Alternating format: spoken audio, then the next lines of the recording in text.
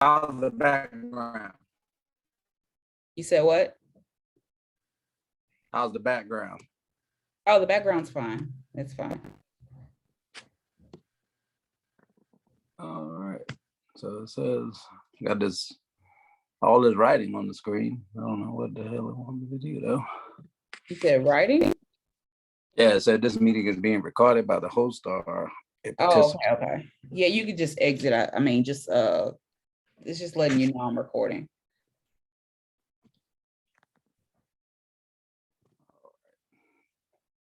Okay, so I'm gonna start with asking if you could tell me, well, before that, do I have your consent to do this video interview? Yes.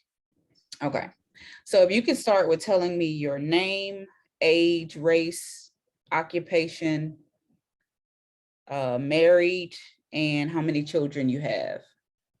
All right. My name is Dewayne Richard. I'm 49 and I'm married with 4 adult children, 3 boys and 1 girl. And what was one of the other questions? Race and occupation. Oh, Indigenous. And I'm a truck driver. Okay, awesome. So I want to first start out by asking about your childhood. So can you tell me about any childhood traumatic experiences that you may have had? Ooh, I wouldn't say it was a lot of tragedy, just was a lot of misunderstandings. I grew up in an era where, you know, even amongst our own people being dark skinned, it wasn't wasn't the pretty color, you know, and that kind of messed with me throughout my childhood, you know, because it's rough being told you ugly, and then your mom got to come back and, you know, butter that up, and, you know, you're a beautiful person and this and that. So I learned to have tough skin at a young age. Okay. Can you tell me how those experiences impacted you as an adult? As an adult, it made me, I guess, less judgmental toward people, given that it was so, you know, it was harsh growing up in that, you know, I had a beautiful time being a kid, but it could be harsh at some times with the racism, and it's even harsher when it's racism amongst your own people, you know. But as an adult, I learned not to be that way because my parents weren't that way. My dad definitely wasn't that way, you know, and they would take us places or take me places because me being the oldest, we got to go a lot of places. My dad would just pick a place and we would show up and you just mingled with people, and, you know, all those myths about they hate us and we hate them and this and that, that was just, you know, people are friendly if you get to know them and they get to know you, you know. So that's been my adult experience with just not being the way, you know, they always say you got to be better than what your parents were. So that's what I aim to be, and I hope my kids are better than I am.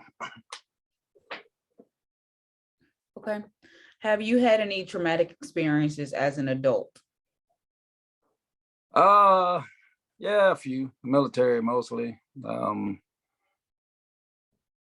You see a lot of things, and you know, you're told not to say a lot of things, and you're taught to live with a lot of things. And when you transition to the civilian world, it don't, you know, you take that with you, but you don't have the help that you need, that most people need. I was fortunate enough to get help while I was in, because I had a great leader and a Sergeant Sanders, that he made sure as privates that we all, whenever we went deployments or, you know, he made it a thing that you had to go see the psychiatrist and talk to somebody besides him. And he said that was the only way you could make it in the career field. I was in the infantry, so it's combat 24/7. But that helped. That helped, especially transitioning to the civilian world from military, because the concepts out here are totally different than the military. More structured. You come out into the civilian world, it's a different mentality, and it doesn't take much for a soldier to trigger, to have a lapse in mentalness, especially with undisciplined civilians. Okay. Without naming anyone in your family in particular, are there any family secrets that have gone untold?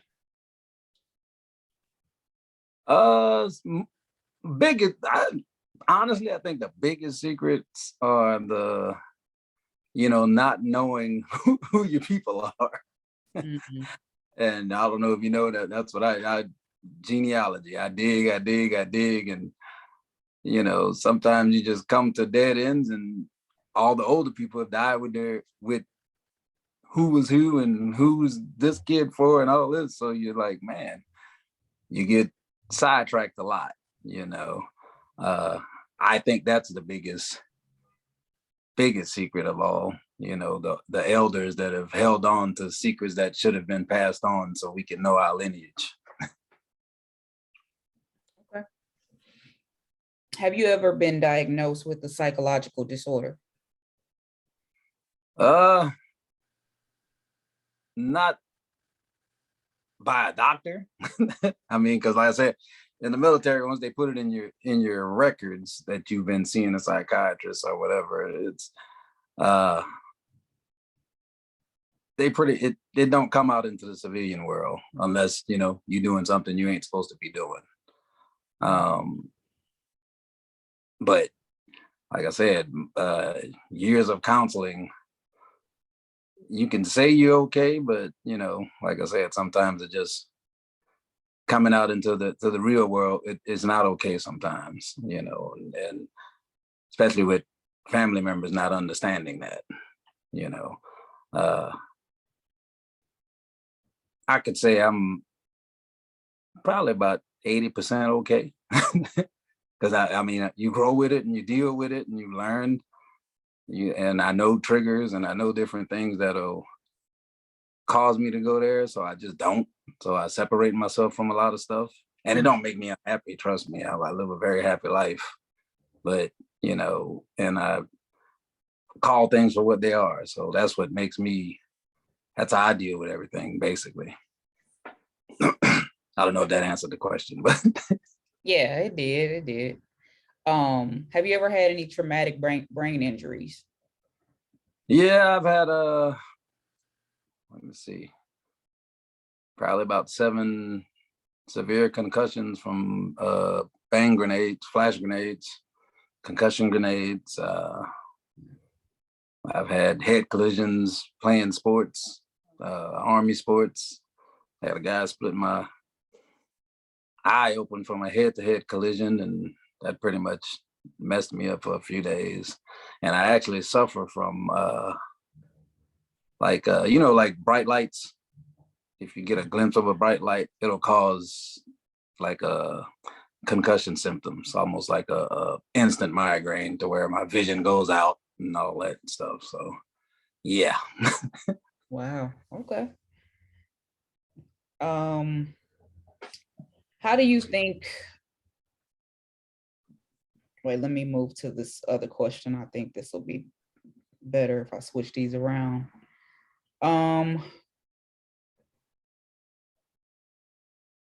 Have you ever felt like you were let down by your family when it came to your mental health? No.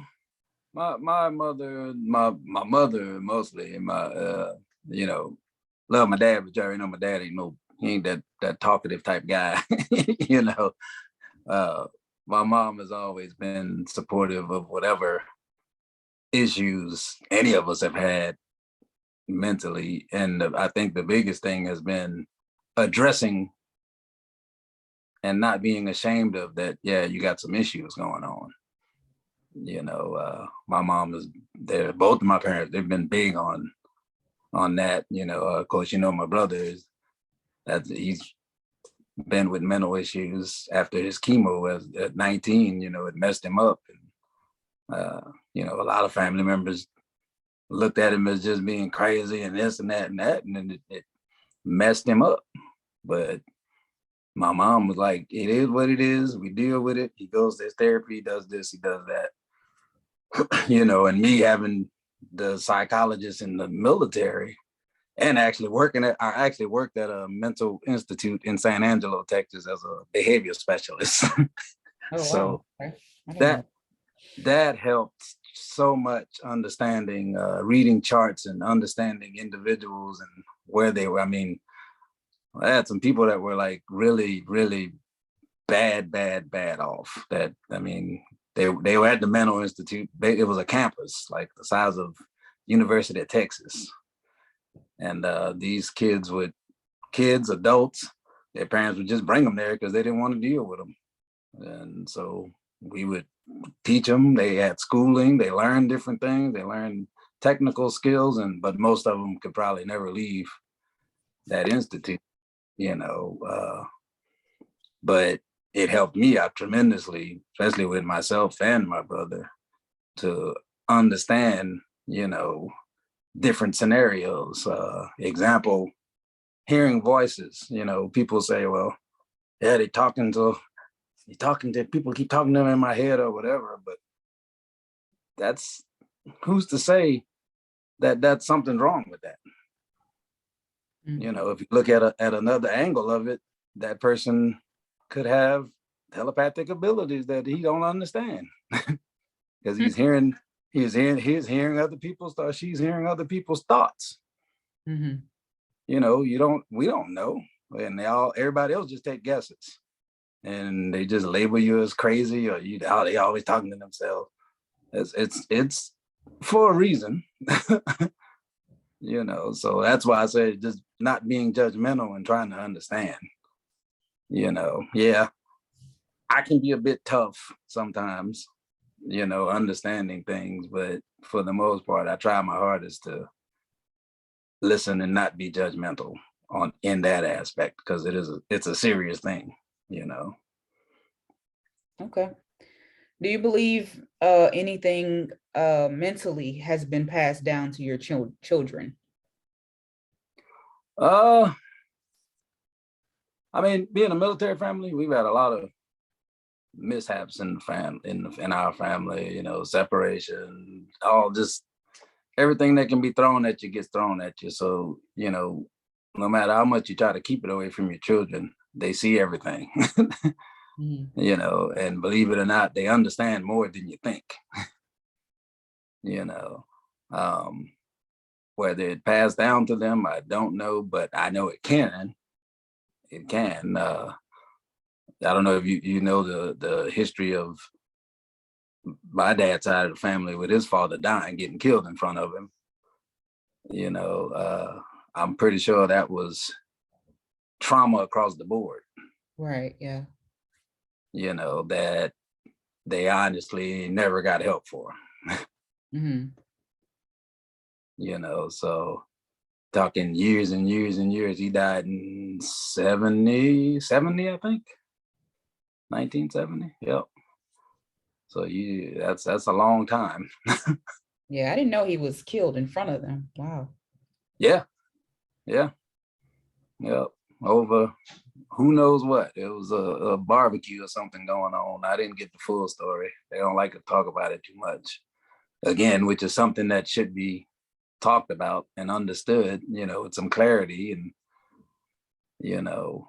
but they choose not to. I don't push it. My dad will talk about it, but most of them don't,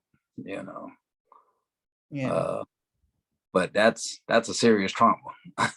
It is. Yeah, it is. And then him taking on the role of father by joining the military, sending his wages, sending food, he did a lot. Did a lot for his siblings, come back and have to come disciplined because they wasn't doing certain things that they were supposed to be doing. I don't know if they're gonna hear all this, but hey, No, I'm I, it's I'm me, totally up. man. It's totally up to them if they choose to watch it or not. Yeah, yeah. And like I said, I'm me. It is what it is. I'm tired of all the secrets, honestly. Yeah, I understand. I understand. That's the whole point of this. Yeah. Um, And I'm the oldest. I'm the oldest grandson on the Richard side, and I think it was me, Renee, and Christopher are the oldest on my mom Bean's side because we all three of us are the same age. mhm. So I've experienced pretty much everything before all the other grandkids. Right, yeah, Before people started changing their ways as they got older. right, yeah. Yeah. Okay. What does the word native mean to you? Well, native to me just means you're born in an area, born in a state, born in a certain territory or whatever. If you're born here in America, you're a native. Um, we talked before, and like I said, being indigenous, sentient being is totally different than being a native. The government form of native is pretty much what I said. If you're born here, you're a native of America. Okay. So what is the difference between the native and the indigenous you talk about? So indigenous, the history that they don't teach us is indigenous people were our people that were already here before any Columbus or anybody got here. We had governments, we had major cities and civilizations and all these different things, and all those people were our color. Also, indigenous Europeans. The Europeans that they say came over here were colored folks. George Washington was a mulatto, and he was indigenous to France or Europe, England. So we pretty much cover all the all the continents. As they try to look at that as a myth, but it's not. It's actually can be found in the Library of Congress or the University of William and Mary, Yale. All these different libraries have all this information that they refuse to even put out. They don't even tell you it was 13 indigenous presidents before George Washington. Okay. So that's why I walk with a lot of pride and with my head up, because I actually know where we come from and who we actually are. That slavery as just to play on your emotions and your feelings. It happened, but it didn't happen the way they said it. Okay. Do you believe that there is a collective mindset or stigma amongst your people? Yes, it's a big stigma of being less than. That's an automatic mental dilemma right there. It puts you in a mental state that you're starting out behind, and it shouldn't. It shouldn't. It should not, especially if you have a strong background, a strong family. It should never. I honestly, and I did this myself even before I got into the history researching. We teach our kids a lot of things in being obedient and being quiet. Even starting with school, when you start school, the first thing they tell you, shut up and be quiet, don't ask no questions, do your homework, do this and do that. That's not the way you're supposed to live. You're supposed to be intuitive, you're supposed to be asking questions. That's the only way I can learn is if I ask. Mm-hmm. And if I don't know, then you don't beat me, because I don't know, you beat me, you don't beat me at all. You try to figure out why I don't answer questions. That's a good thing. I'm not trying to be aggravating. I just want to know because it don't sound right. It don't make sense to me. So make it make sense. But instead, especially in the Black communities, that's what we're taught. Shut up, sit down, don't ask no questions, don't talk back, just all those different things. So when you become an adult or a teenager, you graduate high school, you don't know how to ask those questions because Right. you've been taught for 12 years not to ask nothing. Right. Or sit back in the classroom and don't say nothing, or don't do this, so that's mental. It's so many levels of having mental conditions, and our people's conditioned the most. And then they are too, they like my wife says, everything they try to do to us, it always happens to them the most. That is you true. know It's it very does. It does. That's why they end up changing laws and regulations, because they wanted it to affect us, but we're so adaptive and so creative that we just roll with it and keep on moving. But then it ends up affecting their people more than it does us. you Mhm. know. And that's the one thing I can say about our people, that we can adapt to anything. It don't make a difference what it is. That's true. I agree with that. Okay, last two questions. What can be done better to equip your people better mentally, physically, and emotionally? Uh, Me personally, we have to get out of our the old school methods of the way we're taught. Well, excuse me. We have to get out of the European system, which is awful, because everything in the European system, everything's given to us. We don't own anything. We're the biggest consumers in the world, but we don't produce anything. Um, and that's a mentality that was pushed upon us through schools, through religion. Think about it. Everything that they tell us, most likely we're gonna believe it because they told it to us. I recommend people get back to their farming, get back to learning how to grow your stuff, get back to being self-sufficient, get back to teaching your kids your lineage, and also learning where you come from. What is your background? Where did your family come from? And stop letting these people tell you what you are when you're not that. You know, and that's a trust me. And I've been doing this for about 5 or 6 years, and it's a hard thing to do. I have a hard time with just family members trying to convince them where we come from, and how strong we were. And uh, I'll trip you out on this. There was no Caucasians fighting in the Civil War. There was a black on black war. That's how deep this goes. So mentality wise, our people we got to start doing things for ourselves. Turn the TVs off sometimes and read a book. Go start digging. Go to the libraries. Take your kid on a trip to the library and pick some books out on stuff that people don't want to read. Young men need to start learning trades instead of always thinking they put us in a mindset, we always got to go to college. You got to go to college. You got to get these degrees. But degrees are actually just to work in their corporations. Right. Yeah. If you got trades, if you're building, you know how to weld, you know how to electrician, plumber, culinary, all these different things that can make you self-sufficient to where you can have your own businesses. Yeah. That's where our communities need to be heading.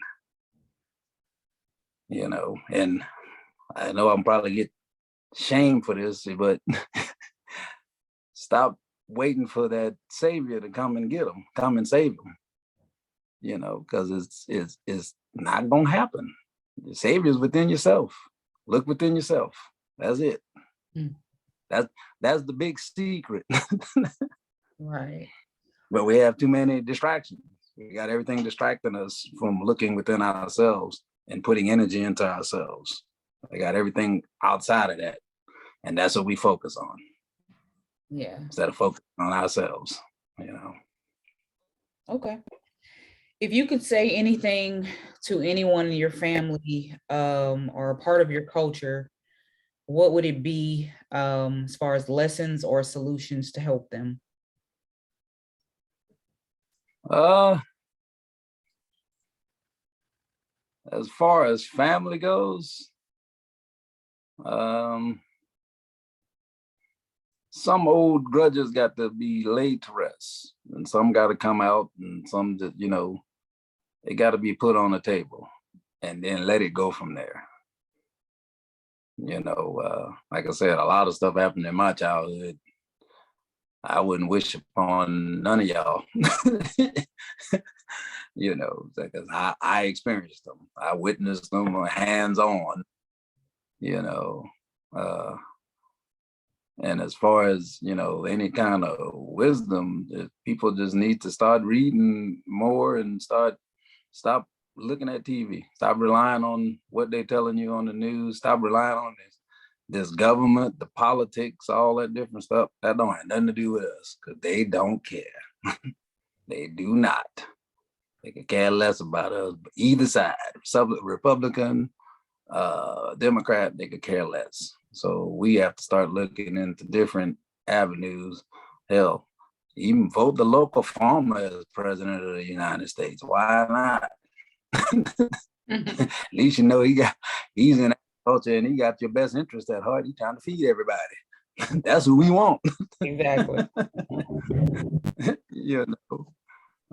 But for the most part, you know, just go back and learn their history, learn their lineage, and follow through with it. You know, we are strong people, and you do enough history, you might find those lands that were actually taken from you that you can get back. Yeah. You know, that's a start. Yeah, it is. Yeah, definitely, for sure.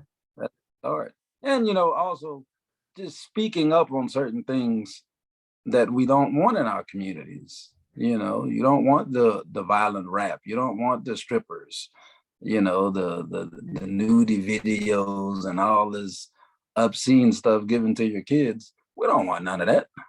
But nobody, they'll say it at their homes, but nobody's going out and pushing. We don't want this no more. We don't want this in our school. We don't want you teaching our kids in kindergarten that they have the right to be a girl, boy, or whatever. They don't know the difference. They're a kid. Let them be a kid. Just let them be a kid. They can make their mind up how they want to be. Yeah. You know, that now we talking mental. Isn't that a form of putting your child in a mental state, a bad mental state? Now they're confused. It is. It is definitely putting those impressions on them. Yeah, young. Very, very much so. Yeah. Yeah. So that's my recommendation. Okay. Hey, they beat me up over here because that's all I do. I'm in the books, I'm reading, I'm researching, looking at my videos. That's it. I haven't looked at a football game, basketball game. I said, I bet you get on their nerves. Yeah, I haven't looked at a football game, basketball. I don't look at none of that stuff because that's distractions to keep me from what my goal is. Right. You know, I'm being nosy. I want to know. Okay. All right. Well, I appreciate you interviewing with me. I think what I'm going to do is I'm going to log off and then log back on so that Jasmine can do it, because I want to get two separate videos, because this one's going to record two videos together, and I'd rather get two separate videos. Okay. You want me to get her email address so you can just send it to her phone? Yeah, that works. I'll send her another. She has Zoom on hers. Okay, well, I'll just send her another link in like the next 5 minutes. Okay. All right. Thank you. All right, my dear. Love you. Love you too. We'll talk soon. All right. Bye-bye.